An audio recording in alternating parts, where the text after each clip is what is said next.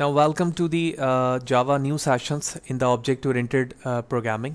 तो object-oriented programming के अंदर हमने encapsulations, inheritance, is a और has a और साथ ही साथ part of the relationships को देखा. इस सेशंस पे थर्ड पिलर polymorphism को डिस्कस करेंगे. लिहाजा वीडियो को फर्दर स्टार्ट करने से पहले मैं बताता चलूँ कि प्रीवियसली जितनी वीडियोज़ हैं वो स्टेप बाय स्टेप मेरे यूट्यूब चैनल पर मौजूद हैं, जहाँ पर आप डायरेक्टली फ़ाद हुसैन CS से सर्च करके आओगे और जो भी कोड है जो ओवरऑल हम प्रोजेक्ट पे यूज़ कर रहे होते हैं वो ब्लॉग फ़ाद हुसैन CS blogspot.com पे मिल जाएगा. यहाँ से आप डायरेक्टली डाउनलोड करके यूज़ कर पाएंगे. लिहाजा सबसे पहले तो हम समझते हैं कि एक्चुअली पॉलीमॉर्फिज्म है क्या और उसके बाद उसकी टाइप्स क्या हैं और किस तरह से हम उसे प्रैक्टिकली इंप्लीमेंट कर सकते हैं जावा के अंदर. So in very simple and precise definition of the polymorphism, the word polymorphism means have many forms, यानी किसी भी एक मेथड्स के, एक क्लास के, उसकी इम्प्लीमेंटेशन के एक से ज़्यादा forms. In object oriented programming paradigm polymorphism is often express as one interface multiple functions, यानी आपके पास एक इंटरफेस है और उसके मल्टीपल फंक्शन है, मल्टीपल तरीके हैं उसको इस्तेमाल करने के. यहाँ पर इंटरफेस एक रिप्रेजेंटेशंस के बेस पर भी समझी जा सकती है कि किसी चीज़ को रिप्रेजेंट करने के लिए उसका एक इंटरफेस है, लेकिन उस इंटरफेस में मौजूद जो फंक्शनैलिटीज़ हैं उनको एक ही तरीके से मल्टीपल वे में इस्तेमाल किया जा रहा है. ठीक है, तो मैनी फॉर्म्स, मैनी वे है एक मैथड को डिस्प्ले करने का या फिर एक मैथड को मल्टीपल वे से यूज़ करने के लिए. पॉलीमॉर्फिज्म के दो टाइप्स हैं. सबसे पहला हमारे पास कंपाइल टाइम है, जिसको स्टैटिक भी कहा जाता है. कंपाइल टाइम या स्टैटिक पॉलीमॉर्फिज्म है. इसके अंदर हमारे पास दो टाइप्स आती हैं, मेथड ओवरलोडिंग या फिर सेकंड है हमारे पास ऑपरेटर ओवरलोडिंग. जबकि सेकंड पार्ट पॉलीमॉर्फिज्म में हमारे पास रन टाइम पॉलीमॉर्फिज्म है, जिसको डायनेमिक पॉलीमॉर्फिज्म भी कहा जाता है, जिसमें मेथड ओवरराइडिंग है. और इन सारी चीज़ों को इसी सेशंस में हम कवर करेंगे. तो सबसे पहले हम समझते हैं स्टैटिक कंपाइल टाइम पॉलीमॉर्फिज्म, जिसमें मेथड या फंक्शन ओवरलोडिंग मौजूद थी. तो मेथड कह लें या फंक्शन कह लें, both are same in the sense of the understanding. So what is method या function overloading? You can have multiple definition for the same function name in the same scope, यानी एक class के अंदर आपने multiple methods create किए जिनके नाम सबके सेम हैं. The definition of the function must differ for each other by the types and और the number of the argument in the argument list, यानी आप या तो उसके टाइप से उसको चेंज करें या नंबर ऑफ आर्गुमेंट जो आपने मल्टीपल मैथड्स में कर रखे हैं वो या तो डिफरेंट हो या नंबर ऑफ पैरामीटर के डेटा टाइप्स चेंज हो. But remember, you can not overload functions declaration that deferred only by the return types, यानी आप रिटर्न टाइप्स के जरिए से आप उसको डिफरेंट नहीं कर सकते, आर्गुमेंट्स के जरिए से ही आप उसको डिफरेंट कर पाएंगे इन मैथड या फंक्शन ओवरलोडिंग इन जावा में. तो लिहाजा अब इसको हम प्रैक्टिकली इंप्लीमेंट करने के लिए नेटबीन पे चलते हैं. तो एक न्यू प्रोजेक्ट मैंने क्रिएट किया हुआ है oops 5 के नाम से एज यूजुअल. तो ये हमारी क्लास है डिफ़ॉल्ट जो बनकर आती है, मेन मेथड है. तो हम अपने इस मेन क्लास से बाहर आ जाते हैं. तो मेन क्लास से बाहर आने के बाद मैं यहाँ पर एक मेथड क्लास क्रिएट कर लेता हूँ और इस क्लास का नाम हम स्टूडेंट रख लेते हैं. तो मैंने इसका नाम स्टूडेंट्स रखा और ये इसकी बॉडी है. इस बॉडी में हम एक मेथड क्रिएट करते हैं. तो मैंने लिखा पब्लिक वॉइड स्टूडेंट्स डिटेल और उसके बाद ये इसकी बॉडी है. और आप वॉइड देख रहे हैं नो रिटर्न टाइप है. तो नो रिटर्न टाइप के बेस पर मैं जस्ट फॉर द अंडरस्टैंडिंग एक डमी तौर पे स्ट्रिंग यहाँ पर पास करता हूँ. तो मैंने लिख दिया detail student details in student class. That's it, पहला मेथड है. इसी मेथड को मैंने कॉपी किया. कॉपी करने के बाद इसी क्लास के अंदर जो कि सेम स्कोप से रिप्रेजेंट कर रहा था वो मैंने पेस्ट कर लिया. लेकिन अब मैं इसका रिटर्न टाइप चेंज कर रहा हूँ इंटीजर में और साथ ही साथ इस लाइन को कमेंट करके मैं यहाँ पे लिख रहा हूँ रिटर्न 0. तो आप देख रहे हैं कि जो हमने डेफिनेशन पे देखा था कि आप रिटर्न टाइप को चेंज करके ओवरलोड नहीं कर सकते, आपको नंबर ऑफ पैरामीटर्स में कुछ चेंजिंग करनी होगी. यही वजह है कि वो यहाँ पर एरर भी शो कर रहा है कि it's already defined in the same student class, यानी ये मेथड ऑलरेडी डिफाइंड हुआ है, आप इसको ओवरलोड नहीं कर सकेंगे. लिहाजा इसको बेटर अंडरस्टैंडिंग के लिए मैंने दोबारा इस मेथड को पेस्ट किया, लेकिन अब मैं नंबर ऑफ पैरामीटर्स में चेंजिंग कर रहा हूँ. तो मैंने यहाँ पर लिखा इंटीजर ID और अब मैंने डिक्लेरेशन पार्ट में, यानी जहाँ पर मैं कंटेंट लिख रहा हूँ, तो मैंने लिखा student detail in student class having ID colon space और प्लस साइन के साथ मैंने ID यहाँ पर पास कर दी, जो कि यहाँ पर कॉन्कैटिनेट करेगा इस ID को. तो इस तरह से पहला हमने ओवरलोड मेथड यहाँ पर कर लिया, जिनका दोनों का नाम सेम है लेकिन नंबर ऑफ पैरामीटर्स यहाँ पर चेंज है। ठीक है, इसी को मैंने दोबारा कॉपी किया, कॉपी करने के बाद पेस्ट किया। अब यहाँ पर स्टूडेंट आईडी के साथ साथ मैं यहाँ पर स्ट्रिंग नेम भी पास कर रहा हूँ। ठीक है, नेम पास करने के बाद हमें यहाँ पर नेम को भी लिखना पड़ेगा, तो मैंने लिखा नेम कॉन्कैटिनेट स्पेस कॉमा। ठीक है, और ये आईडी लास्ट में डिस्प्ले होगी और नेम पहले डिस्प्ले हो जाएगी। तो इस तरह से 3 मैथड्स यहाँ पर मैंने बनाया और तीनों को मैंने ओवरलोड कर लिया। लेकिन अब हमें एक और इंपॉर्टेंट पार्ट समझना है कि यहाँ तक तो डेफिनेशन हमें समझ में आ जाती है कि नंबर ऑफ पैरामीटर में वेरिएशन हो, लेकिन सम टाइम काउंट सेम होता है लेकिन डेटा टाइप्स चेंज होते हैं। जैसे मैं इसे यूज़ करता हूँ, मैंने इसे दोबारा कॉपी पेस्ट नीचे किया, अब मैं यहाँ पर लिख रहा हूँ डबल।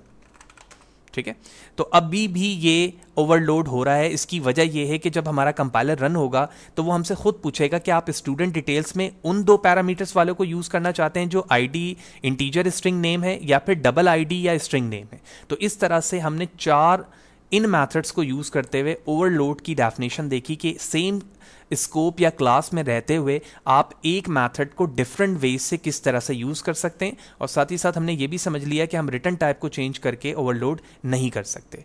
सेम स्ट्रैटेजी आप रिटर्न टाइप के बेस पर इस्तेमाल करोगे, लेकिन वहाँ पर नंबर ऑफ पैरामीटर आपका अलग अलग रहेगा जिसके ज़रिए से ओवरलोड हो सकेगा। तो हम कैसे इसको वेरीफाई कर सकते हैं? मैं मेन मेथड में आकर स्टूडेंट का ऑब्जेक्ट क्रिएट करता हूँ और उसके बाद OBJ के ज़रिए से मैं सारे मेथड्स को कॉल कर सकता हूं। तो आप देख रहे हैं सारे मेथड्स कॉल हो रहे हैं। मैंने पहले वाले को कॉल किया, इसी तरह से मैंने दूसरे वाले को कॉल करना है। तो दूसरे वाले को कॉल करने का एक तरीका तो ये है कि आप डायरेक्टली डॉट के साथ कर लो या फिर आप जाके पैरामीटर चेंज कर लो। तो ये स्टूडेंट आईडी है, मैंने 12 पास कर दिया। फिर इसी तरह OBJ dot double N string, तो डबल स्ट्रिंग के अंदर मुझे यहाँ पर डबल वैल्यू पास करनी होगी और स्ट्रिंग के अंदर हमने यहाँ पर नेम लिख दिया। इसके बाद हमारे पास OBJ डॉट लास्ट मैथड है जो इंटीजर आईडी के साथ है। तो इंटीजर में मैंने ओनली 45 पास किया और यहाँ पर मैंने CS लिख दिया। That's it, all methods call हो गए। सक्सेसफुली रन होना चाहिए। मैंने एग्जीक्यूट किया प्रोग्राम को and here it is, all the functions are executed successfully based on the method और फंक्शन ओवरलोड। तो इस तरह से हमने फंक्शन ओवरलोड को प्रैक्टिकली भी यहाँ पर इंप्लीमेंट कर लिया और अंडरस्टैंड कर लिया कि फंक्शन ओवरलोड या मैथड ओवरलोड क्या है, वो किस तरह से वर्क करता है। सेकंड, हमारे पास पॉलीमॉर्फिज्म में जो चीज़ आती है जो कि हमने यहाँ पर अभी देखा भी था कि मैथड ओवरलोड के साथ है ऑपरेटर ओवरलोड। अगर आप कंपाइल टाइम को देखो तो C# के अंदर या C++ के अंदर हमारे पास ये टेक्निक मौजूद है कि हम अपने ऑपरेटर को ओवरलोड कर सकते हैं। तो ऑपरेटर ओवरलोड से मुराद क्या है? फॉर एग्जांपल, अगर आप इस स्लाइड पे देखो तो हमारे पास एक प्लस ऑपरेटर है। इस प्लस ऑपरेटर के ज़रिए से आप 2 इंटीजर नंबर्स को या डबल नंबर को ऐड कर सकते हो। ठीक है, इनका सम फाइंड करके डिस्प्ले करवा सकते हो और साथ ही साथ इसी प्लस साइन के जरिए से आप 2 स्ट्रिंग को कॉन्कैटिनेट भी कर सकते हो। जैसे आप देख रहे हो कि जावा प्रोग्रामिंग 2 अलग अलग हैं, दोनों में प्लस साइन लिखकर मैं इनको कॉन्कैटिनेट करके डिस्प्ले करवा सकता हूँ। But you have already understood based on the previous experience of the programming in languages like C++, Java, we can define operator to work differently for different operands. However, Java doesn't support user-defined operator overloading. यानी Java के अंदर operator overloading की functionalities मौजूद नहीं है।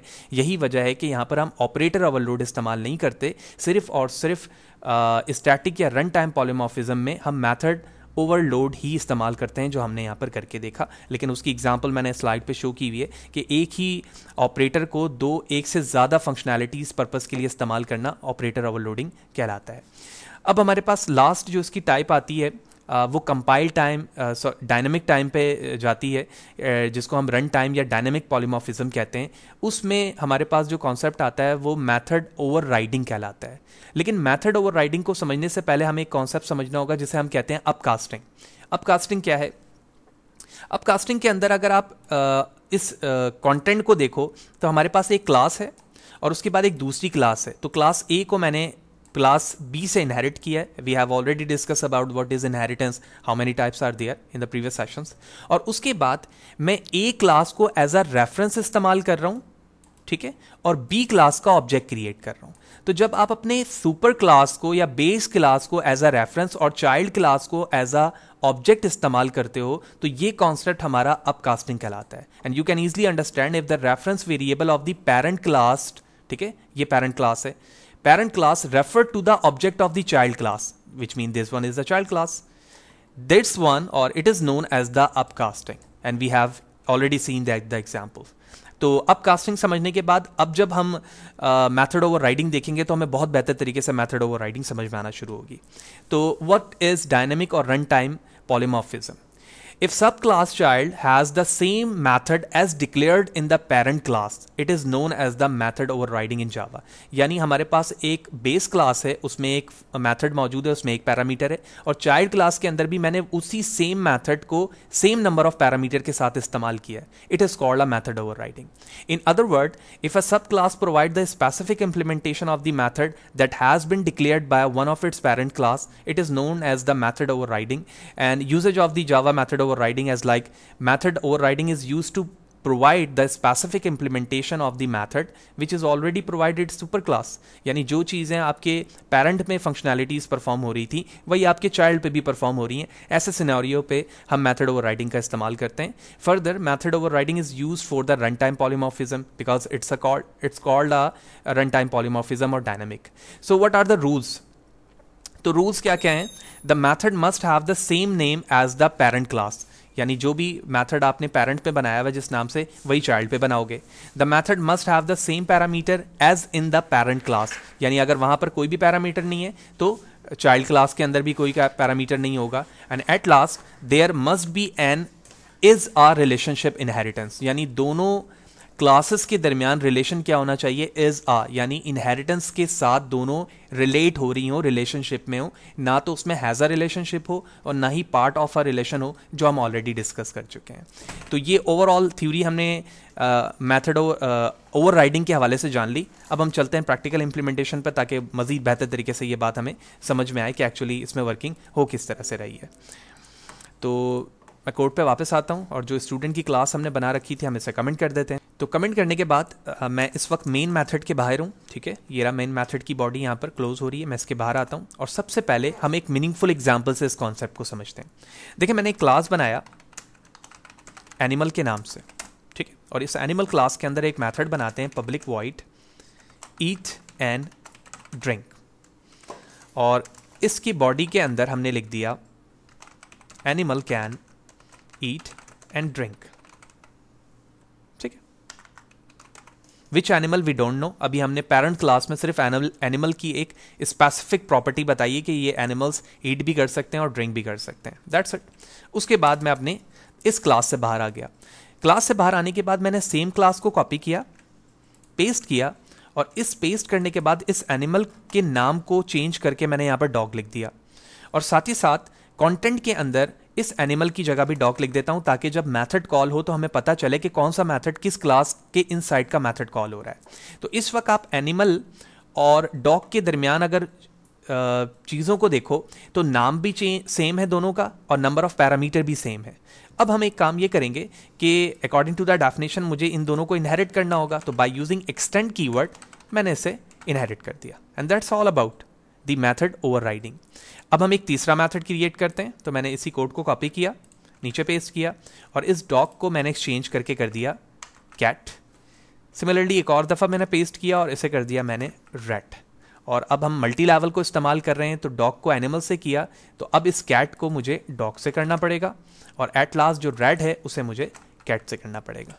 That's all about the simplest form of the method overriding by using 4 separate classes. पहली class animal, दूसरी dog, तीसरी कैट एंड फोर्थ डॉग. अब मेथड ओवरराइडिंग में C# के अंदर आप जानते हो कि जो पेरेंट क्लास होती है उसको हम वर्चुअल करते हैं और चाइल्ड क्लास को ओवरराइड कर देते हैं. लेकिन जावा में आपको सिर्फ चाइल्ड के मेथड के ऊपर ओवरराइड ऐड करना होता है, जो यहाँ पर आपको वार्निंग में भी दिख रहा है. जब आप इसको क्लिक करोगे तो आप यहाँ से ऐड करवा सकते हो, जैसे मैं करवाते जा रहा हूँ. ठीक है, चाइल्ड क्लास के अंदर आपने ये ऐड करवाना है. अब हम चाहते हैं कि एनिमल के रेफरेंस को इस्तेमाल करें या डायरेक्टली इसका ऑब्जेक्ट क्रिएट करें. तो एनिमल के ऑब्जेक्ट को क्रिएट करते हुए मैंने इसे कॉपी किया, paste, obj equal to new animal, that's it, obj dot. अब हर क्लास के अंदर एक ही मेथड है ईट एंड ड्रिंक का. जब मैंने एनिमल को कॉल करूंगा तो सिर्फ एनिमल की चीज कॉल होगी, और अगर मैं डॉग को कॉल करूंगा तो डॉग की चीज कॉल होगी, कैट को कॉल करूंगा तो कैट को ही कॉल होगी.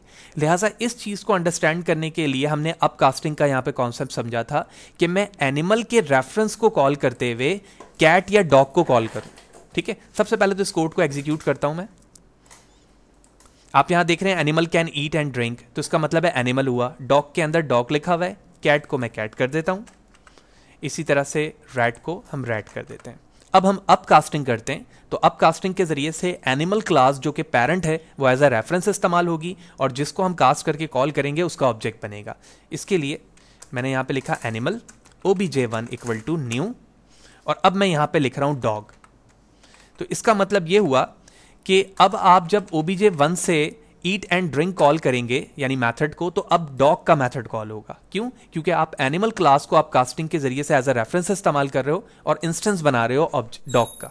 सेम स्ट्रैटेजी मैं दूसरे के लिए भी कर सकता हूं, लिहाजा मैंने इसे पेस्ट किया, इंस्टेंस के नाम को 2 किया, यहां पर भी चेंज किया हमने 2, और उसके बाद यहां पर अब मैं रैट इसको कॉल कर लेता हूं। ठीक है, तीनों मेथड कॉल करने के बाद कोड एग्जीक्यूट करते हैं, and you can easily observe that कि dog can eat and drink, rat can eat and drink, और एनिमल वाला तो ऑलरेडी वहां पर हमारा कॉल हो रहा था। तो इस तरह से अभी तक के लेवल में हमने ये देखा कि ओवरराइडिंग किस किस तरह से मुमकिन है, अपकास्टिंग क्या होती है, और अपकास्टिंग के जरिए से हम अपने पेरेंट के रेफरेंस से चाइल्ड को किस तरह से एक्सेस करके कॉल कर सकते हैं इन मेथड ओवरराइडिंग। अब सवाल ये पैदा होता है कि क्या मैं रैट को एज अ रेफरेंस बना सकता हूं? जी बिल्कुल नहीं। रैट को अगर आप यहां लिखोगे और यहां पर एनिमल कॉल करोगे तो ये आपको आपका जावा एक्सेप्ट नहीं करने देगा, और ये यही कहेगा कि animal can not be converted to rat. ठीक है ना, कि जो चाइल्ड है वो पेरेंट नहीं बन सकता, पेरेंट अपनी जगह पेरेंट रहेगा, चाइल्ड चाइल्ड रहेगा, तो ये मुमकिन नहीं है। आप सिर्फ और सिर्फ सिंपलेस्ट क्लास के अंदर एनिमल अपने पेरेंट क्लास को एज अ रेफरेंस इस्तेमाल करते हुए चाइल्ड को एक्सेस कर सकते हो, जो कि हमने यहां पर करके देखा। अब इसी सेशंस के लास्ट में हम यहां पर देख लेते हैं कि ओवरराइडिंग के अंदर क्या मैं कंस्ट्रक्टर को भी एक्सेस कर सकता हूं? जी बिल्कुल, आप कंस्ट्रक्टर को भी एक्सेस कर सकते हैं। तो कंस्ट्रक्टर को एक्सेस करने के लिए हम अपने एनिमल क्लास में आते हैं, ठीक है, और यहां पर मैं एक वेरिएबल बनाता हूं स्ट्रिंग। आप किसी भी डेटा टाइप्स को यूज कर सकते हैं, और मैंने स्ट्रिंग में लिखा एनिमल टाइप, दैट्स इट। ये मेरे डेटा टाइप्स का नाम है, वेरिएबल का नाम है। अब इस स्ट्रिंग एनिमल टाइप को एज अ कंस्ट्रक्टर मैं अपने मेथड ईट एंड ड्रिंक में यूज करना चाहता हूं, लिहाजा इसके लिए मुझे कंस्ट्रक्टर बनाना होगा। तो मैंने लिखा पब्लिक, क्लास का नाम animal, body this dot animal type equal to animal type, और टर्मिनेट। अब मैं इस एनिमल टाइप को कॉन्कैटिनेट करा के अपने मेथड पे डिस्प्ले करवा सकता हूं। और हम जानते हैं कंस्ट्रक्टर के टॉपिक में हम पढ़ चुके हैं, जब वैल्यू इनिशियलाइज ऑब्जेक्ट बनाया जाएगा तो उसको इनिशियलाइज किया जाएगा, और अगर आप नहीं करोगे तो उसकी डिफॉल्ट वैल्यू डिस्प्ले हो जाती है। तो इस वक्त जब मैंने यहां पर कंस्ट्रक्टर बनाया और इस कंस्ट्रक्टर को मैं यहां पर यूज कर रहा हूं, तो ये कंस्ट्रक्टर अब यहां पर आकर हमें इश्यूज देगा। किस जगह पर? दूसरी क्लासेस के अंदर। ठीक है, तो इस इश्यूज को रिजॉल्व करने के लिए पहले तो हम इसको वेरीफाई कर लेते हैं, स्ट्रिंग डॉट एनिमल नेम, क्योंकि हमें कंस्ट्रक्टर में भी पास करना होता है, तो मैंने कंस्ट्रक्टर में पास कर दिया। अब सेकंड क्लास में जैसे ही मैंने कंस्ट्रक्टर कंप्लीट किया और उस वेरिएबल को यहां पर पास किया, तो सेकंड क्लास हमें एक एरर शो कर रही है, और वो क्या एरर शो कर रही है हमें समझना है। देखो, जब तुम डॉग से इस एनिमल को इनहेरिट कर रहे हो, तो इसका मतलब यह है कि मैं जब डॉग का इंस्टेंस बनाऊंगा तो मैं इसे भी एक्सेस कर सकता हूं और इसे भी एक्सेस कर सकता हूं according to the definition of G inheritance. तो इसके लिए आपको हमें अपने इस क्लास को डॉग को इनेबल करना होगा कि वो इस कंस्ट्रक्टर को एक्सेस कर सके, ताकि इन फ्यूचर अगर आप इसको एक्सेस करना चाहें तो आप इस एनिमल टाइप को डिफाइन कर सके। इस चीज को हैंडल करने के लिए मुझे इस डॉग क्लास के अंदर भी आकर एक कंस्ट्रक्टर बनाना होगा। तो मैंने एक कंस्ट्रक्टर बनाया डॉग का, और उसमें वही वेरिएबल पास करूंगा जो ऊपर एनिमल टाइप पे मौजूद है, पेरेंट पे। तो मैंने लिखा string animal type and that's the body. अब यहां पर ऊपर मैंने कोई वेरिएबल डिफाइन नहीं किया है, लिहाजा इस वेरिएबल को एक्सेस करने के लिए मैं यहां पर सुपर कीवर्ड लिखूंगा और उसके बाद उस वेरिएबल का नाम लिख दूंगा, ताकि मैं अपने पेरेंट्स के वेरिएबल को अपने चाइल्ड के अंदर एक्सेस कर सकूं। अब ये चाइल्ड के अंदर आ चुका है। अब जब ये चाइल्ड के अंदर आ चुका है तो मैं इस वेरिएबल को यहां पर भी ला सकता हूं as like this. Same strategy मैं कॉपी करूंगा यहां से, किसके लिए? कैट के लिए, क्योंकि अब ये डॉग कैट से जाके एक्सेस कर रहा है। मैंने इसी को यहां पर पेस्ट किया, ठीक है, और नाम चेंज करेंगे इस कैट डॉग को कैट से। नेम कॉपी किया हमने और यहां पर कॉन्कैटिनेट करके डिस्प्ले करवा दिया as like this. Same strategy हमारे पास रैट के लिए होगी। मैं यहाँ पर आता हूँ, रेड के लिए मैंने पेस्ट किया, नाम एक्सचेंज किया और यहाँ पर आने के बाद